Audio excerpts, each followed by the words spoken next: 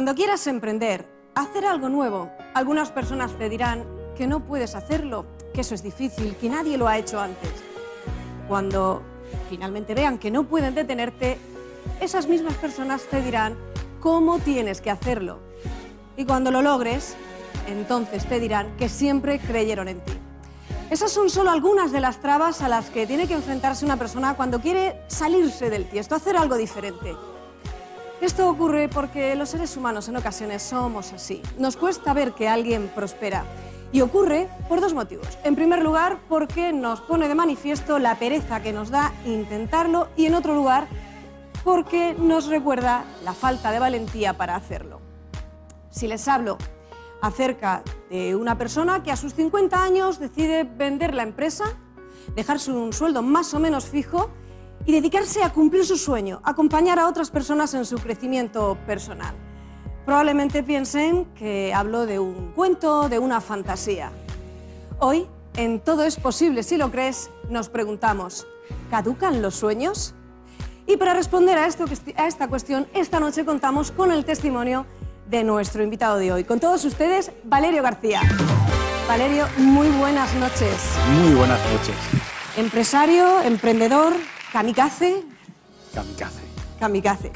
Valerio, ¿caducan los sueños? Nunca. Mientras haya sueños hay ilusión, mientras hay ilusión hay sueños, y mientras estés vivo, indiscutiblemente por ellos. Bueno, pues vamos a desarrollar eso, porque eso tenemos que verlo detenidamente. Valerio, tengo aquí un breve currículum.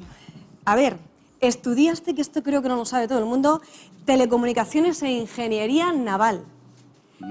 Confitero, empresario, gerente de pastelería Ignacio durante 10 años y vinculado a ella toda tu vida. Hasta prácticamente hace 2 meses. Hasta hace 2 meses. En tu currículum más íntimo, más personal, encontramos maestrías en Reiki, PNL, coaching de equipos, blockchain orientado a la empresa y presidente de la Asociación Española de Coaching Ejecutivo y Organizacional. Esto es un resumen, porque hay mucho más que podemos contar de ti. Hay algunas cositas más que se pueden Hay contar algunas de mí. cosas más. Lo primero, Valerio, ¿cómo te encuentras? ¿Cómo estás esta noche? Pues estoy feliz y muy contento de estar aquí con vosotros. Bueno, hemos hablado de ese origen, de esa confitería Ignacio. Cuéntanos un poco qué es Confitería Ignacio, cómo se funda y qué significa para ti. Pues mira, hablando de sueños, eso es un sueño de mi padre. Y hasta hace muy poquito, bueno, el año que viene ese sueño cumple 50 años.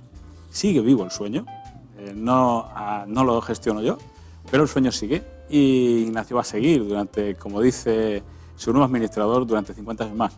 Con lo cual tenemos Ignacio para rato. Surge en el año 72, con lo cual la empresa y yo nacimos juntos. Y prácticamente yo he nacido entre harinas, entre azúcar. Ahí me he criado. Eso es lo que te iba a preguntar. Para un niño siempre es como el sueño, vivir rodeado de dulces. Sin embargo, en tu caso también era un trabajo, un negocio familiar, una responsabilidad. ¿Cómo vive un niño el vivir así? Vivir rodeado, ¿lo vive con esa ilusión de puedo comerme lo que quiera, golosinas todo el día, o en tu caso no fue así? Es más bien un trabajo, Bueno, tiene las dos partes. Tienes una parte que sí, esa fantasía, ese azúcar, esa ilusión por el dulce, pero no, hay una familia, hay un trabajo muy duro, hay muchas horas detrás y al final pues se crea un sentimiento de responsabilidad muy alto. Y con una familia como la mía hay que darlo todo, porque tanto mi madre como mi padre, los dos han dado toda su vida al servicio, a la entrega, a cuidar el detalle, a mimarlo. Y claro, eso es una responsabilidad muy, muy, muy grande. Valerio, ¿cuándo pasas a formar parte activa de la confitería? Porque empiezas muy jovencito. Bueno, la primera experiencia la tengo con... Anteriormente había hecho pequeñas incursiones de hacer alguna cosita, pero la primera incursión la tengo con 14 años, cuando en aquella época no era muy buen estudiante, más bien malito, y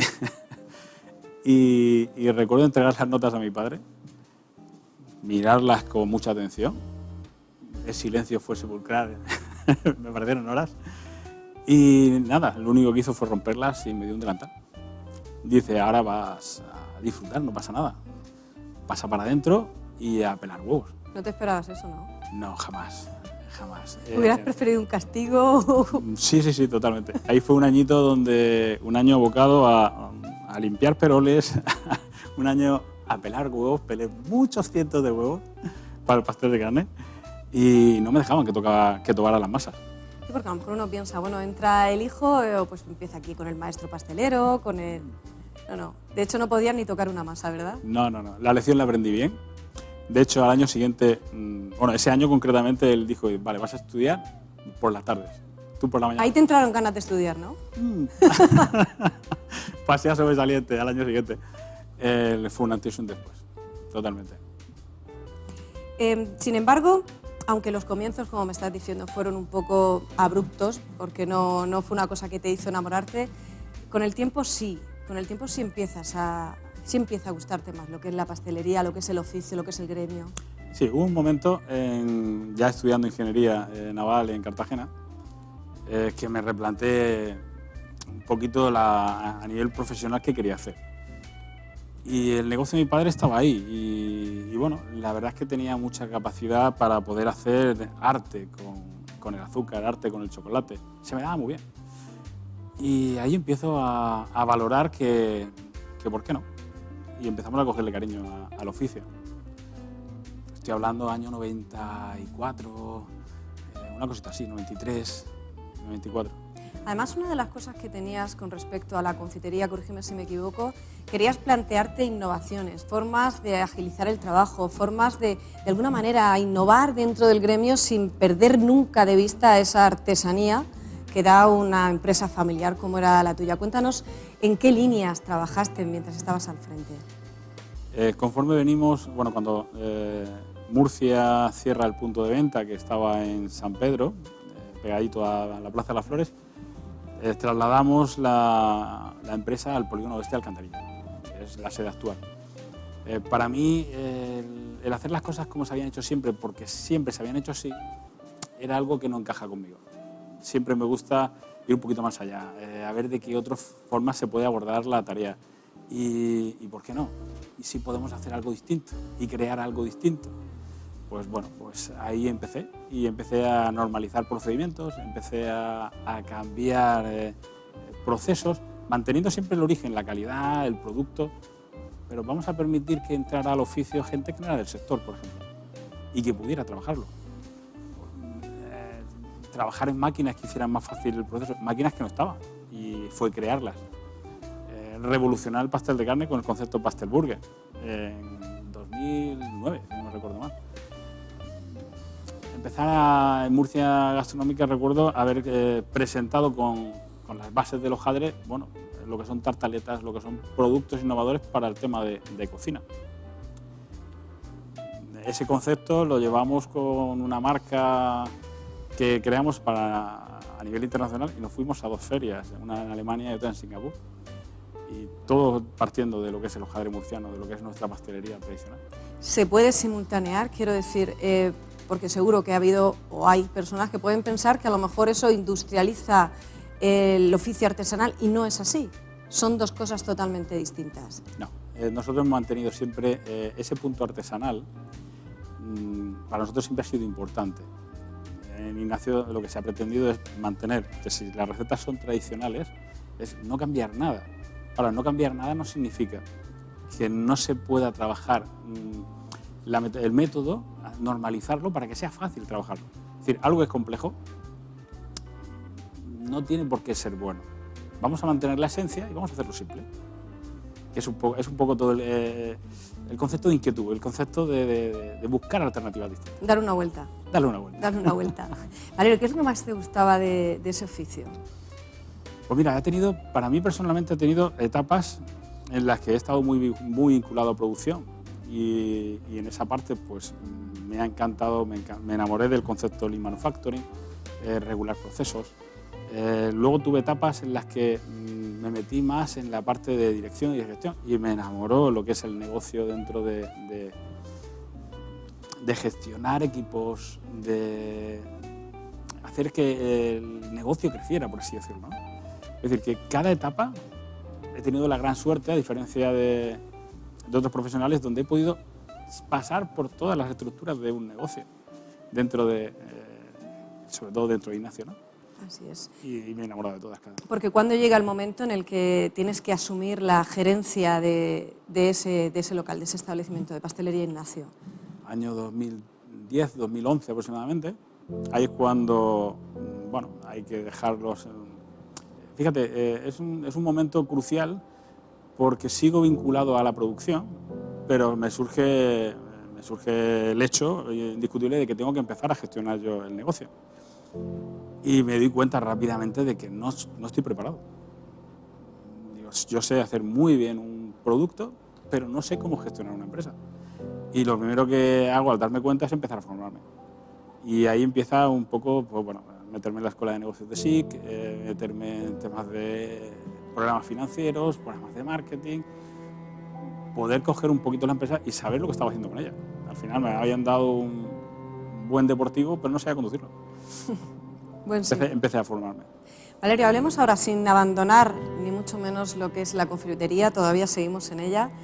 ¿Cómo surge, cómo empieza tu inquietud, tu anhelo, tu deseo de conocer espiritualmente, de crecer, de conocer esas áreas que ahora, por ejemplo, es más fácil, lo hablábamos antes de esta entrevista, ahora es más fácil poder ir a convenciones, charlas, pero cuando tú empiezas hace algunos añitos es más difícil. Cuéntame cómo fue esa primera inversión en el mundo espiritual, en el mundo del crecimiento, de la introversión. Pues nos remontamos ya casi 22, 23 años, más o menos. Y bueno, los grandes cambios de alguna manera comienzan porque la vida te toca. En aquella época yo tenía una dolencia que no tenía aparentemente explicación médica. Mi cuerpo se paralizaba, entraba en una especie de tetania y me caía desplomado al suelo. Estuvieron haciéndome pruebas, a nivel neuronal no aparecía nada. Y conozco por primera vez a través de una cuñada, profesor de la universidad.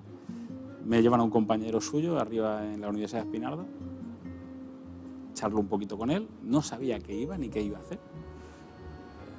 Conforme termina la sesión que tenía con esta persona, la cual pues, un ratito charlando me tumbo en una camilla y al ratito pues me dicen, vale, ya está, ya puedes irte. No tengo ni idea qué me ha hecho, solo sé que mi estado de ánimo había cambiado. ¿Eras otro? Me sentía otro. ¿Te sentías bien? Me sentía otro. Conforme salí y me levanté, lo primero que le dije, digo, ¿qué has hecho? Dice, nada, ¿te sientes mejor? Y digo, sí. Le pregunté directamente, ¿esto que me acabas de hacer se puede aprender? Dice, sí, yo quiero hacerlo.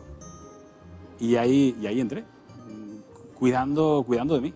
Y a partir de ahí, todo lo que yo me he metido, esto concretamente estamos hablando de Reiki. Bueno, es energía universal canalizada. Empecé por ahí, hice maestría, luego me metí en medicina. ¿Qué edad tenías entonces? Pues estamos hablando que, si retrocedo para atrás, 20 y pocos, 27, 26 años.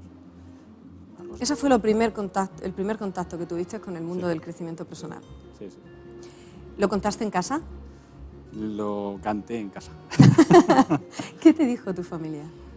Bueno, siempre he sido muy apasionado a la hora de demostrar algo que me gusta.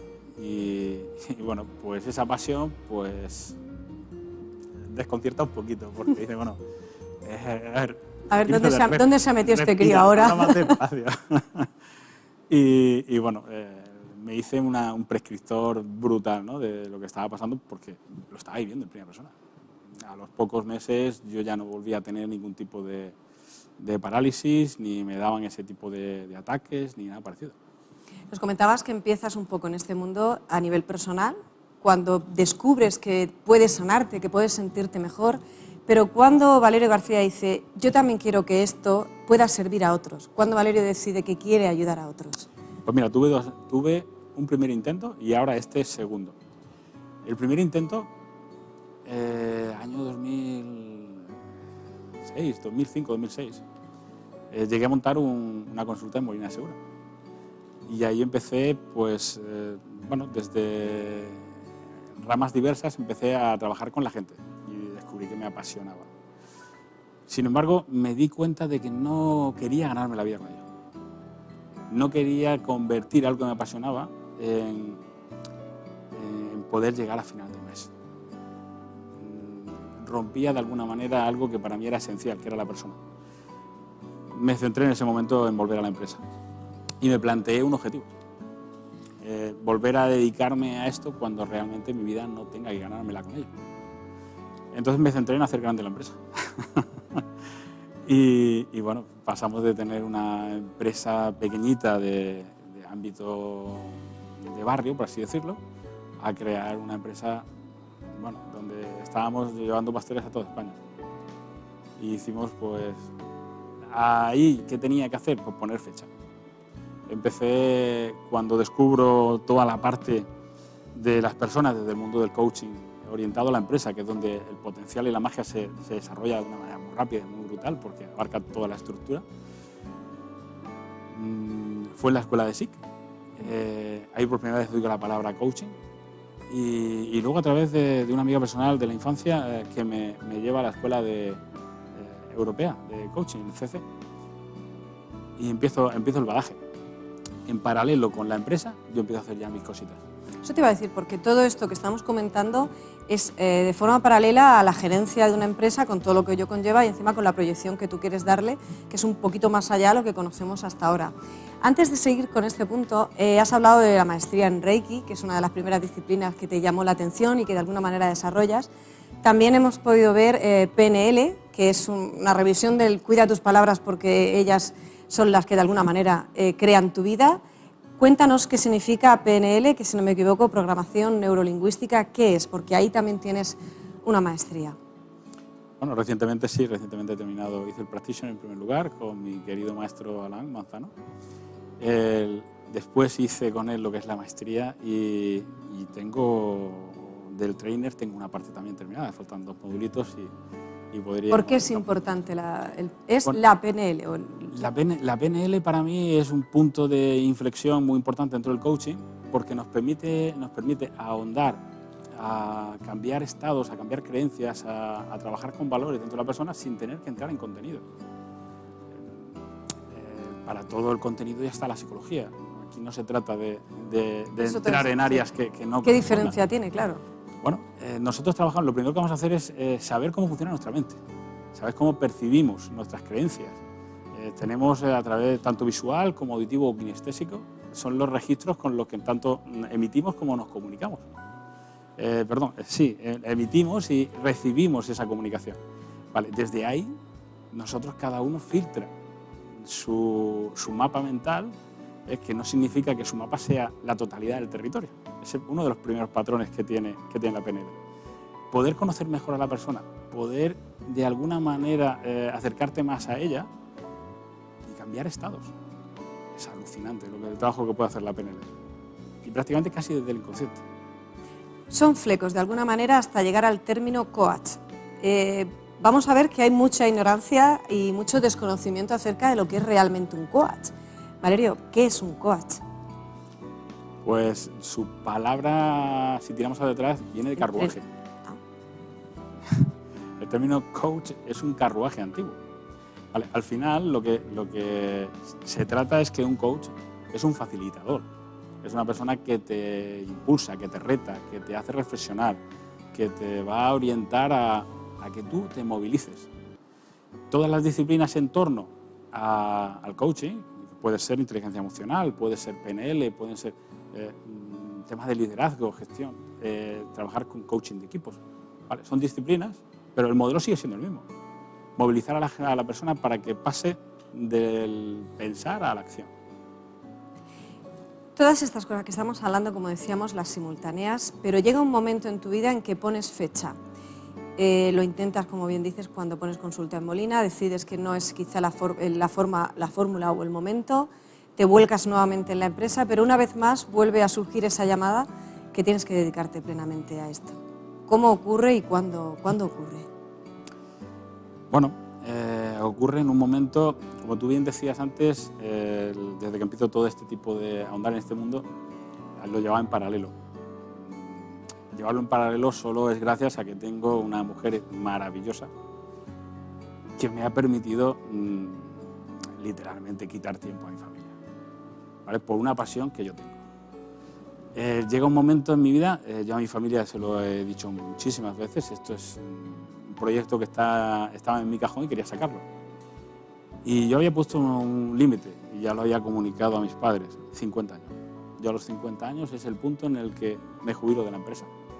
Y voy a ahondar en a ver qué soy capaz de hacer en este mundo, ¿vale? Que al final lo que me apasiona son las personas. ¿Cuándo acelero un poquito esto? Porque tengo 49. Pues mi padre fallece el año pasado. Y bueno... ¿No hizo que eso te retrasara o que dijeras no puedo, sí, o todo lo contrario? Todo lo contrario. Todo lo contrario, porque estábamos en plena pandemia. Acababa de apenas 15 días que se había declarado el estado de alarma. Y el día 7 de abril mi padre falleció.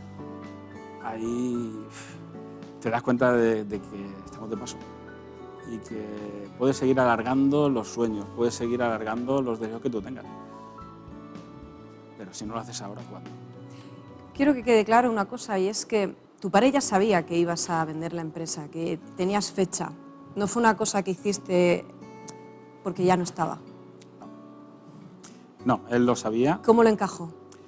Bueno, esta es una conversación que he tenido con mi madre, ¿no? Porque para mí esa ruptura implica un duelo. Indiscutiblemente es un negocio que los últimos 25 años, casi 30 años, he dedicado en cuerpo y alma a amar esa profesión y hacerla crecer y hacer crecer la marca, ¿no? Yo ya había hablado esto anteriormente con mi padre. Yo a los 50 quería dedicarme. Lo que no sabía es cómo lo iba a hacer. No sabía si el proyecto iba a seguir. Era mi ilusión que el proyecto siguiese, ¿no? Pero bueno, se planteaban muchas hipótesis. Y el fallecimiento lo único que puso en acelerar, que bueno, sabía que el proceso no era fácil, que había que buscar a la persona adecuada. No todo el mundo valía. No estaba mi misión vender por vender, no era eso lo que quería. Y buscaba a las personas que quisieran creer en el proyecto y hacerlo grande. Bueno, pues como bien dice el programa, todo es posible si lo crees, pues le puse pasión y lo creía firmemente y apareció. ¿Y tu madre cómo lo llevó? Pues mi madre... Porque su vida feliz, está vinculada. Feliz por mí, porque yo estoy feliz. Y al mismo tiempo hay una parte he dicho antes, es un duelo. Y yo lo viví en primera persona. Ese duelo también lo ha vivido ella, por supuesto que sí. Es un proyecto, es un hijo que ha nacido y lo has puesto tú, ¿no? Y le has puesto no solo el saber hacer, le has puesto tu vida. De repente lo dejas que siga creciendo, pero se te va de casa. Valerio, hablemos un poco de la parte más íntima, porque hemos hablado de esas emociones, la parte más íntima no, más bien sería de la parte más económica, porque inevitablemente, perdona que te lo pregunte así, dejas un negocio, dejas una asistencia económica, tus hijos son adolescentes y preadolescentes, o sea, vas a tenéis unos gastos fijos y aún así te aventuras en un futuro, entre comillas, incierto. ¿Qué se pasa por la cabeza de un hombre cuando decide hacer eso y que no es ningún inconsciente? Bueno, para responder a eso lo mejor es que no se pasa de todo. ¿Hay sensación de miedo? Claro que la hay. Se vende el negocio y hay un beneficio indiscutiblemente. Puedes vivir con él hasta, no sé, unos cuantos, 30 añitos, pues no, indiscutiblemente que no. ¿Qué hay que hacer? Pues lo que hay que hacer es creer en ti y lanzarte. Pero al final partiendo desde ese concepto que te decía antes, si estamos aquí y estamos de paso, ¿por qué no lo tomamos tan en serio? Es decir, ¿crees que calculamos demasiado, verdad, Valerio? Y ahí nos perdemos un poco. Nos aferramos mucho a querer estar protegidos y es una falsa protección. Sí, como si el saber lo que tienes fuera... De pronto te viene una enfermedad, se lo lleva todo, de pronto una catástrofe X... No existen garantías como para... No queremos ser conscientes de eso, pero es una realidad que está en torno a nuestra. La pandemia ha venido a ponerlo de una manera mucho más latente. Bueno, queremos seguir protegiéndonos o viviendo en nuestra ficticia burbuja. Vale, pero realmente nos estamos engañando. Cuando empiezas todo este proceso, indudablemente con el apoyo y la ayuda de Cecilia, a la que mandamos tu esposa, a la que mandamos un beso fortísimo desde aquí, que siempre te ha apoyado en esto. En algún momento te dijo, pero estás loco, ¿qué vamos a hacer? Porque ella también trabajaba contigo ahí en esta confitería. Lo de estar loco, sí, yo creo que me lo ha dicho siempre. Que no viene de ahora, ¿no? No se sorprendió. No, no se sorprendió. No, la verdad es que me ha apoyado al 100% y... Eso también es importante, ¿eh? Sí, no me lo ha cuestionado nunca. Dice, ¿pero qué vamos a hacer? No, ha confiado plenamente siempre en mí, y lo cual pues muy, muy orgulloso de ello, ¿no? Y satisfecho, por supuesto. No encontraste oposición familiar, ni lucha tampoco por parte de tu madre, un apoyo. Tu padre ya lo sabía, por lo cual no había ninguna traición, ni mucho menos. Absolutamente. ¿Qué fue entonces, si lo hubo, lo peor a lo que te enfrentaste a la hora de empezar a dar los pasos cuando tienes que darlo? Yo mismo, mis miedos, indiscutiblemente. Por mucho que yo llevo 23, 24 años trabajándome yo. Cada vez, mientras más me trabajo, más cosas veo que hay que seguir trabajando.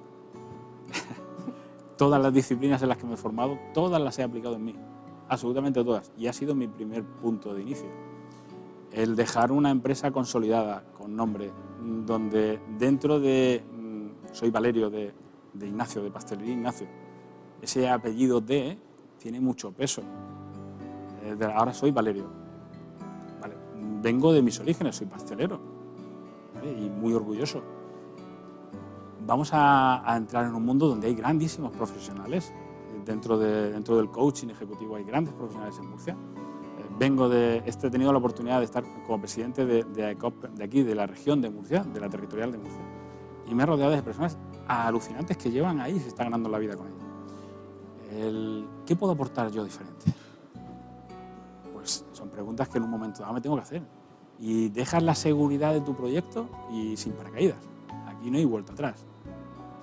Pues me toca dar lo mejor que yo dentro. ¿Y en el gremio qué tal lo han encajado? ¿Sorpresa, apoyo? Supongo que ha habido de todo.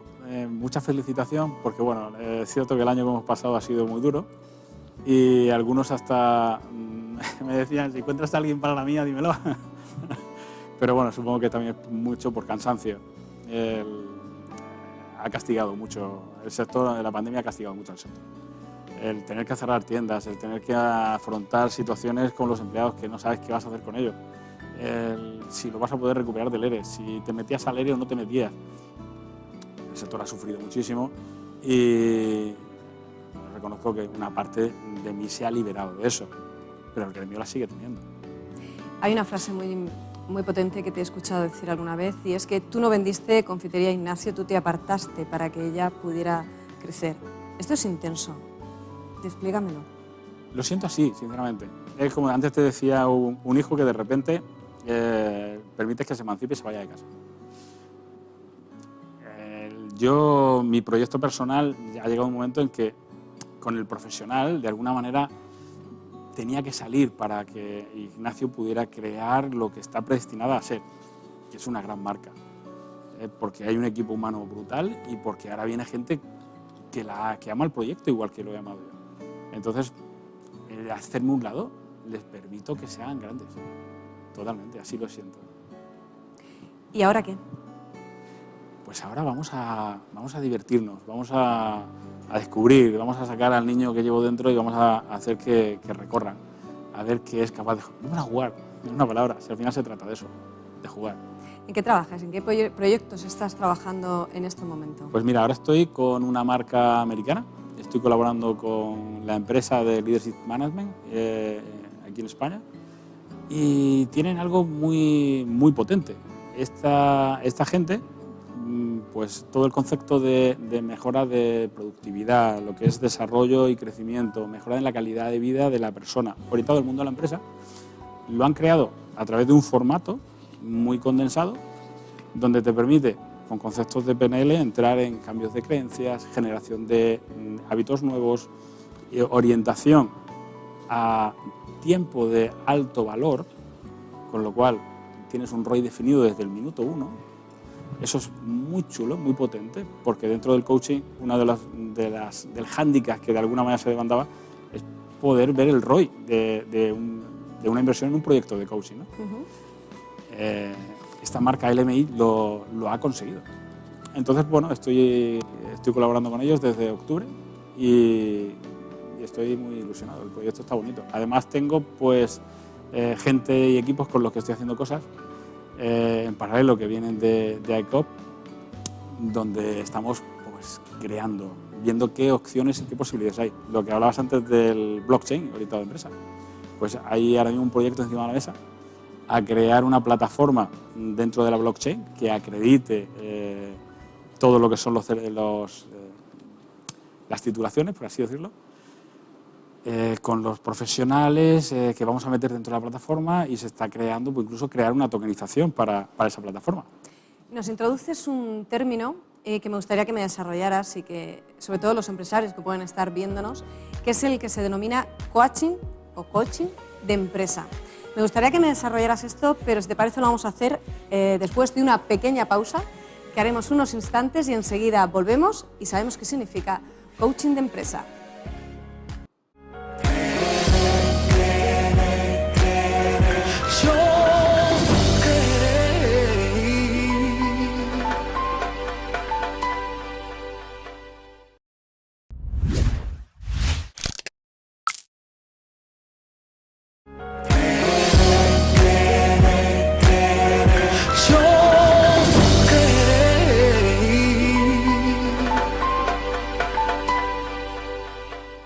Seguimos en Todo es posible si lo crees, y esta noche nos preguntamos, ¿caducan los sueños? Y seguimos con nuestro invitado Valerio García, coach, emprendedor, empresario. Bueno, te dejamos a medio a la hora de contestarnos precisamente lo que estábamos hablando ahora, que es un coach empresarial, porque si algo podemos decir de ti es que simultaneaste ambos mundos, el de la empresa y el de ser coach, fusionas como buena auriga esos dos mundos y se crea de alguna forma esto, un coach empresarial. ¿Qué es?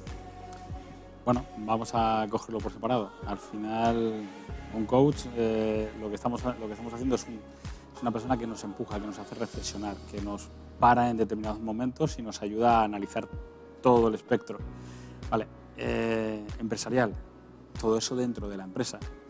El liderazgo, cualquier gerente, cualquier empresario está muy solo y desde esa soledad tiene que tomar muchísimas decisiones. Vale, en ocasiones el tiempo es un factor que juega en contra. Pues poner ese tiempo alineado para que juegue a favor tuyo, equilibrar tanto las diferentes áreas de la empresa, si la dividimos en los diferentes departamentos, compras, ventas, producción, incluso finanzas, trabajar ahí para mejorar cada una de las áreas. Desde el coaching ejecutivo lo que vamos a ir, en primer lugar, priorizar por dónde empezamos. Después, ahondar para focalizar a esa persona en conseguir mejores resultados. Y en ocasiones no es haciendo más, es haciendo menos. Y eso choca. ¿Por qué? Porque necesitas pararte, necesitas empezar a hacerte preguntas.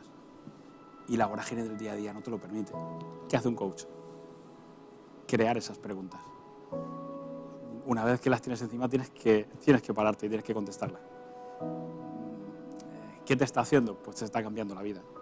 Y lo más interesante es que cuando te está cambiando la vida, no solo te la cambia a nivel profesional, que sí, sino tu vida no es solo profesión, no es solo empresa. Hay que buscar un equilibrio entre la vida personal y la vida profesional. Porque ocurre, si no se encuentra ese equilibrio, puede ser un gran empresario, pero que al final llegue a un desgaste tan grande, tan potente, que al final tengas que cortar. Claro, hay preguntas que no nos solemos hacer nunca. ¿Para qué tengo una empresa? Ten en cuenta que al final un empresario ha cogido a su patrimonio personal y lo ha invertido. Eso se llamaría inversor. Sin embargo, no retorna nada a esa inversión. Entonces, es una inversión prácticamente a fondo perdido, no para recuperarla. Automáticamente, una vez que ya me he creado mi puesto de trabajo, entonces trabajo más que todas las personas que están dentro, hago labores de gerencia, pero no cobro lo suficiente por esas labores. Con lo cual me desgasto, me quemo. Con lo cual me desgasto y luego soy un multitarea. Es decir, la falta de planificación de mi equipo y la mía propia me lleva a estar siempre trabajando en las urgencias. lo resumimos, invierto un patrimonio personal, endeudo a mi familia con hipotecas sobre lo que haga falta para crear un puesto de trabajo por el cual voy a percibir menos que trabajar para otros, echando el triple de horas. ¿Dónde está el negocio? Pues, ¿para qué monto un negocio? ¿Qué? ¿Cuál es el propósito? ¿Dónde quiere llevar mi empresa? Vale, a 20 millones, a 50 millones. ¿Para qué? ¿Qué me va a aportar a mí eso como persona? Indiscutiblemente, no digo que no tenga valor, digo que hay que responder la pregunta. Nos paramos a pensarlo. Vivimos en un mundo de todo es escalable, no hay techo. Las empresas a nivel mundial, crecer, facturar más. ¿Es sostenible? Vale, como empresa, pues hasta que el mundo no lo permita, que es la fuente de recursos. Y a nivel personal mío, si le estoy robando tiempo a mi familia, si le robo tiempo a mis hijos, si le robo tiempo, solo dedico solo a la empresa. Por eso hay gente que no sabe jubilarse. Por eso hay gente que llega a los 65 y no cede el turno a las segundas generaciones. O muere con las botas puestas. Sí. No se jubila jamás, no disfruta, no vive de las rentas. Pero hemos perdido la brújula. ¿Para qué estamos haciendo lo que estamos haciendo? Indudablemente, Valerio, es una necesidad. O sea, ofreces un servicio para una necesidad que está latente, que está ahí. Pero, en tu experiencia, ¿estamos preparados para un coach empresarial? ¿Está la sociedad preparada? ¿Sabe pedirlo? ¿Sabe que es necesaria? ¿O está es una grandísima pregunta. No sabe pedirlo y por desconocimiento muchas veces no sabe lo que es capaz de aportar. Un proceso de coaching orientado al mundo de la empresa no solo se paga solo, te hace ganar dinero. Y si somos empresarios, algo que me hace ganar dinero y con retornos inferiores a 3-6 meses, ¿qué hago que no lo estoy metiendo en la empresa? Mi misión no es hacer ganar dinero a la empresa. Ahora, el modelo que conozco, donde lo único que hago es urgencia, desgaste, estrés, ¿solo ese es el camino o hay otras formas de hacer las cosas? Me recuerdo una frase muy interesante que escuchaba yo en la universidad y es que lo urgente no eclipse lo importante. Solo cuando trabajamos en lo importante desaparece o va reduciéndose lo urgente. Pero para eso, ¿qué tenemos que hacer? Tiempo. Pues esta pregunta que nos estamos haciendo aquí, si la gente sabe, si la sociedad, si la población sabe lo que es un coach, la necesidad que tenemos o que puede tener sobre todo una empresa de este servicio, la ha trasladado nuestra compañera Agustina Ontivero y ella nos trae precisamente esas inquietudes que tienen ustedes desde la calle en nuestra región. Así que vamos a escuchar a nuestra compañera Agustina Ontivero. ¿Estamos haciendo realmente lo que nos apasiona o solo trabajamos para subsistir? Vamos a ver qué piensa la gente sobre ello. Pues demasiado tarde, yo diría que sobre los 30, porque si tú quieres tener una profesión que te llene, tienes que estudiarlo desde el principio, ¿sabes? En plan, desde que eres joven en la universidad, me refiero. Más que nada por eso. Pienso que no hay ninguna edad, no tiene corte. O sea, puedes cambiar de profesión en el momento en el que a ti te surja cambiar de profesión o te llame. Después de bachiller, porque ya ahí es donde eliges la carrera y no puedes volver para atrás. Hombre, si es para mejor, yo creo que no hay edad. Si es para mejorar, considero que no hay edad para cambiar de profesión. La verdad es que sí, he tenido esa suerte de poder elegir y pues la verdad es que estoy muy contenta con lo que estudio y con lo que estoy trabajando, o sea que... En mi caso sí, me gusta, soy transportista y me gusta y trabajo en eso. Sí, la verdad es que sí, he tenido que trabajar, dadas las circunstancias, en distintas profesiones y ahora mismo trabajo para mí. Me organizo con sus ventajas e inconvenientes, pero sí, hago lo que me gusta, sí. Ahora mismo no, porque si me apasiona la verdad, soy más de fútbol, de deporte, cosas así, en plan de deporte, pero nada, ahora estoy trabajando en un call center, llamando y eso, y es un trabajo que está muy bien porque la gente es muy buena, el ambiente es muy bueno y eso en verdad es lo más importante a la hora de estar en un trabajo, pero no es lo que me apasiona realmente. ¿Y si te dieran la oportunidad? Si me dieran la oportunidad, sí, por supuesto. Si pudiera trabajar en una cosa que me gusta a mí, sí. Tipo entrenador de fútbol, cosas así, porque me gusta mucho. Sí, la verdad es que sí, me gusta muchísimo trabajar con la gente. Es uno de los sitios donde realmente uno puede no sé, estar con público y no sé, es un trabajo bonito el de la hostelería, la verdad. La verdad es que no, ahora mismo no, en este momento no, estoy en un periodo de tránsito. Entonces es algo que me genera ingreso y que me viene muy bien, porque para un futuro poder llegar a donde quiera llegar. ¿Y si te dieran la oportunidad, en qué te gustaría trabajar? Pues ahora mismo soy joven y no lo sé. Hay mucho campo, hay mucha materia, pero el mundo de redes sociales y demás es lo que me gusta, realmente. Me considero como un entrenador. De cualquier cosa le llaman coach, era en inglés, pero es entrenador. Considero yo que es entrenador. No. Exactamente no, sé que es como una especie de un juez, pero en realidad no sabría decirlo. Sí, un asistente, un ayudante, más que nada eso. La verdad es que no sabría decirte. Bueno, algo que se prolifera ahora muchísimo, como una especie de asesor que te dice las pautas que debes seguir para determinadas cuestiones. Después de haber escuchado las diversas opiniones de cada ciudadano, queríamos hacerle las siguientes preguntas a nuestro invitado Valerio García. ¿Cuántos años tardaste en darte cuenta que lo que estabas ejerciendo no era verdaderamente lo que te apasionaba? La siguiente, ¿tu primer emprendimiento como confitero nació debido a tu pasión en ese momento o por necesidad? Y por último, ¿fue para ti difícil dejar todo lo que habías construido a nivel laboral para ejercer ahora como coach? Bueno, compañeros, aquí os dejo estas preguntas de nuestros seguidores y nos vemos la próxima semana. Muchísimas gracias, Agustina. Sin duda nos has trasladado todo lo que se dice, todo lo que se opina en la calle y unas preguntas muy, pero que muy interesantes. De verdad, muchísimas gracias, compañera. Valerio, nos trasladaba 3 cosas. Algunas ya la hemos visto, pero antes de contestar esas preguntas, bueno, ¿qué opinas? ¿Realmente hay desconocimiento acerca de lo que es un coach? Efectivamente, hay desconocimiento de lo ¿Te que han llegado a ti a decir eso? ¿Y eso qué es, Valerio? Al final, fíjate, ni siquiera te hacen la pregunta, porque dan por hecho que saben la respuesta.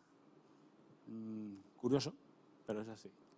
No es un consultor, no es alguien que te dice qué tienes que hacer, no es un entrenador. Bueno, podríamos coger esa palabra. Al final, cuando vamos al gimnasio y vas por ti mismo a hacer unas tablas, a hacer un entrenamiento, pues tú te retas hasta donde te retas. ¿Qué hace cuando coges un entrenador personal? Te reta un poquito más allá. Ese poquito más allá es lo que marca la diferencia. Yo en mi día a día yo me puedo poner a formarme, me puedo poner a hacer cambios en mi negocio, me puedo poner a hacer cambios en mi vida. Pero yo voy un poquito más allá. Intento saber dónde está mi límite y rebasarlo todos los días 1 centímetro. Pues esa es la labor del coaching. Y ese centímetro es lo que marca la diferencia, porque todos los días es 1 centímetro nada más. Dentro de un año me cuentas dónde estás. No queremos dejar sin responder esas preguntas de nuestras redes sociales y nos trasladaba Agustina a 3. ¿Cuántos años tardaste en darte cuenta de que realmente lo que querías hacer era otra cosa? Pues yo creo que toda mi vida he sabido que lo que quiero hacer es otra cosa. Desde mi ser, desde mi entidad, desde mi propia personalidad, me han encantado siempre las personas. 18 años trabajando en Cruz Roja. Ya me gustaba me gustaba ayudar y me sentía feliz ayudando. Es decir, yo dentro de la empresa, para mí lo más importante ha sido mi equipo. Eso en ocasiones me ha hecho malas pasadas. ¿Por qué? Porque no puedes ser un buen coach para ti mismo dentro de tu propio negocio, sobre todo cuando hay roles donde el tiempo juega un factor en contra tuya. Si tú entras en un proceso y movilizas a la gente, pero yo tengo que movilizar, apoyar a la gente y al mismo tiempo dirigir, porque el barco necesita maniobrarse. ¿Qué es lo que haces? Tomas la decisión de buscar un punto intermedio. Vamos a buscar el beneficio de la mayoría. Eso en ocasiones duele, porque hay una minoría que a lo mejor necesita un mes más, pero la empresa no puede esperar. Claro, al final es el bien mayor el que prima. Sí. Otra pregunta que nos lanzaba, lo primero que emprendes como confitero, ¿lo hiciste por necesidad o porque realmente querías enamorarte del oficio? naces en unas vías y el tren está en marcha. Es más fácil seguir en el tren que saltar cuando está en marcha. Era por tendencia, estaba dentro. Una inercia. Era una inercia. Luego lo que sí es que es una profesión, pues la verdad es que es muy bonita. De hecho, fíjate, y siendo honesto conmigo mismo en este momento, tengo que decirte que la parte de elaboración, el poder tocar, el poder hacer con tus manos, la prefiero a la parte de dirección y estrategia. El estar con el pueblo, estar cercano, la cercanía. Estar cercano, el tocar el producto, el crearlo. Al final estás creando tú algo. Y eso es una pasada. Montar una tarta, montar un castillo de chocolate, hacer unos pasteles de carne y ver a la gente cómo sonríe con eso. Y luego la última pregunta que nos lanzaba Agustina a través de las redes es si fue difícil dejar ese negocio toda la vida. Más o menos ya lo hemos visto que sí, que fue difícil. Obviamente tenías una proyección, tienes una proyección, pero ha sido dificultoso, te ha sido complejo. Ha sido complejo, pero no por ello hemos dejado de afrontar el reto. Y no por ello hemos perdido las ganas. Al revés. En absoluto. Hablando de complejidades, te quiero preguntar algo, Valerio, que siempre se ha dicho, de hecho al propio Jesús se lo dijeron, nadie es profeta en su tierra. A un coach le cuesta más tratar con personas conocidas o con personas desconocidas. Al final hay un patrón detrás, es decir, la persona conocida te conoce. Y lo más gracioso de esto es que aquí el tiempo también juega un factor importante, porque tú puedes estar sin ver a una persona 20 años. Cuando vuelves a verla, tienes a la persona de hace 20 años. No te interesas por la persona de ahora. Das por hecho quién es, no en quién se ha convertido. Entonces sí, puede ser una traba el trabajar con conocidos. Claro, porque inevitablemente cuando alguien te aporta soluciones es como, bueno, pero ¿y tú? Cúrate a ti mismo, o tú puedes tener esto. Si sabe cualquier cosa, esto ocurre, porque ya lo decimos, ¿verdad? El propio Jesucristo se lo decía. Yo por eso mi hacer ha sido siempre abocado a mí. Yo he solucionado mis problemas, he trabajado y sigo trabajándome yo desde todos los aspectos de mi vida. Y he puesto todas las técnicas en las que me he formado, que son muchísimas herramientas, las he puesto a mi disposición. Y desde ahí he ido yo creciendo. Por tanto, tanto en el mundo empresarial como en el mundo personal, cuando yo me pongo delante de un empresario, me pongo delante de cualquier persona con un desarrollo de área de mejora, yo ya he hecho ese trabajo. Entonces no lo cuento desde la teoría. Me brillan los ojos, me apasiona lo que he hecho. He pasado por ahí. Ese es mi bagaje. No hay secretos. No hay secretos. Bueno, unos años, 2, 3, diría yo, que han sido especialmente complejos para ti. Intensos, cuanto menos. Entre ellos, creo que se encuentra un viaje muy especial y duro que hiciste al Mogún en Marruecos, en la cima de esta cordillera, conocida como Iguiles, con sus 4.701 metros, la segunda más alta de Marruecos. Este viaje, como mínimo, no podemos decir que es turístico. De hecho, su nombre, el Camino del Héroe. ¿Qué es este viaje? ¿Qué significa este viaje? ¿Y por qué hiciste este viaje que no era, como decimos, a un hotel de 5 estrellas, no era un resort, ni estabas precisamente en condiciones placenteras? No, en mi vida siempre los retos que se me han presentado los he cogido de frente. Y a través de mis queridísimos amigos Pedro y Enrique del Centro de SIG, bueno, surgió la oportunidad de viajar con ellos. Me propusieron lo que estaban haciendo y me invitaron a compartir la experiencia con ellos. Pues fue un antes y un después. De hecho, están apareciendo ahora mismo las imágenes, podemos verlas. Pues bueno, ahí concretamente ese día bajábamos, habíamos estado muy cerquita de la cima y el equipo venía bastante tocado y hicimos unos trabajos de kinesiología para poder quitar presión, tensiones. Acabamos de salvarnos literalmente la vida. De hecho, tú te lastimas la propia rodilla en ese viaje, pero no desistes, quieres seguir. Día antes de la cima hicimos un ejercicio y bueno, tuve una pulsación de rodilla. Fue un trabajo de conectar contigo, de trabajar el dolor, de ver el potencial que uno tiene dentro y es capaz de sacar. Al día siguiente yo me propuse, de hecho me invitaron a ir con los bereberes y no alcanzar la cima. No, lo siento en el alma, pero me trabajé y es cierto que el equipo hizo un grandísimo esfuerzo porque bajó el ritmo de la marcha. Me pusieron un poquito como al gordito de los Scouts en cabeza y llevaron mi ritmo, pero pude abordar la última etapa. Te acompañaban directivos de empresas potentes, personas vinculadas al mundo de los negocios, como decimos. ¿Qué buscan? ¿Qué buscabais? ¿Qué se busca cuando se hace este tipo de viaje en tan arduas condiciones? El camino del héroe al final es un viaje hacia tu interior y descubrir quién eres, de qué estás dispuesto a prescindir y a qué retos te vas a enfrentar y cómo lo vas a abordar, que es lo más importante. Lo que vas haciendo es un descubrimiento, día a día, jornada a jornada. Yo el último día concretamente, yo ese viaje me fui cargado con la mejor equipación que pude encontrar y comprar.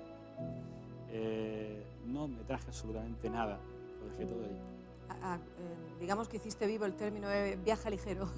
Volviste muy ligero. Es decir, allí te veías a un grupo de empresarios cargados, viviendo en medio de la montaña. Nos cayeron, estuvimos a punto de morir con una tormenta de rayos, casi a punto de tocar la cima. Lluvias la noche anterior que se inundó el campamento. Experiencias muy duras, la sensación de... hay que vivirlo. Y realmente te das cuenta de que no pasa nada, que se pueden hacer las cosas desde mira, que no estás solo, que no hace falta trabajar tú desde la lucha de cuando estás aquí en la empresa y a capa y espada y te enfrentas al mundo tú solo. No, allí éramos empresarios, había grandes profesionales, habían directivos, gente muy llana, que se crea un núcleo, se crea una familia. Recuerdo mi tuerca, que verá el programa. Tuerca es un concepto de pusieron un tornillito y una tuerca y en una bolsa teníamos que recogerlo. Y si te caía tornillo, que fue mi caso, tenías que buscar a la tuerca encajada contigo.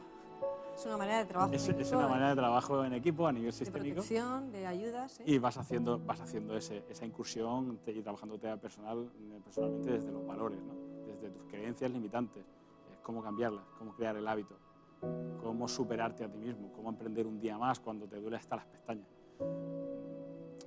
Y luego te das cuenta de que delante de ti van unos bereberes que llevan sandalias de playa con una cuerda, subiendo por risco, donde tú vas con botas de montaña y vas con tu historia y ellos llevan pantalón de algodón. Y probablemente vosotros tropezáis más que ellos. Brutalmente, claro que sí, claro que sí. ¿Hay un Valerio antes del Camino del Héroe y un Valerio después de ese Camino del Héroe? No diría uno antes y otro después, pero sí diría que hay dos peldañitos más por encima.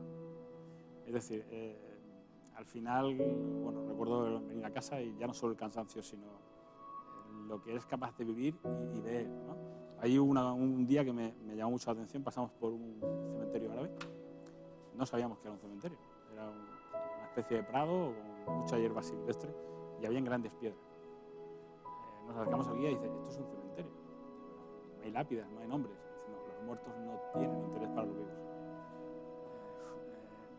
Ves otra realidad, ves otro mundo, ves otra forma de abordar las prioridades del día a día, ¿no? Y las prioridades son muy distintas a las nuestras.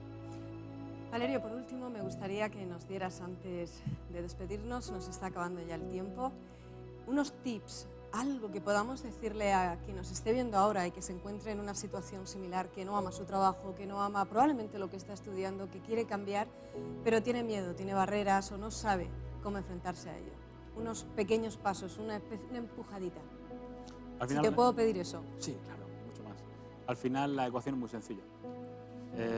Tenemos que buscar el motivo que nos lleva a la acción. Esa es nuestra motivación. Y la motivación, ese motivo que hace que nos transformemos en acción, consiste de dos cositas muy sencillas. El deseo. ¿Cuánto deseo yo lo que quiero alcanzar? Y la parte más importante. ¿Cuánto creo yo que estoy en disposición de alcanzarlo? Ambas se pueden trabajar. Y si ambas se pueden trabajar, solo hay que empezar a moverse. Valerio, muchísimas gracias por estar con nosotros esta noche. Gracias a vosotros, un placer. Bueno, una búsqueda comienza siempre con la suerte del principiante y termina con la prueba del conquistador. Dicen que siempre cuando estamos a punto de conquistar un sueño, nuestras fuerzas son probadas. Ocurre esto no porque el espíritu sea malo, sino para que junto con el sueño podamos adquirir también las lecciones. Mucha gente denomina este tiempo como la noche oscura del alma y es justo el momento en el que muchas personas desisten. En términos del desierto viene a ser algo así como morir de sed cuando las palmeras ya están en el horizonte. Si te encuentras en ese preciso instante, en ese segundo, recuerda, la hora más oscura de la noche siempre es aquella que precede a la salida del sol. Y de una u otra forma, todo es posible si lo crees. Hasta la semana que viene.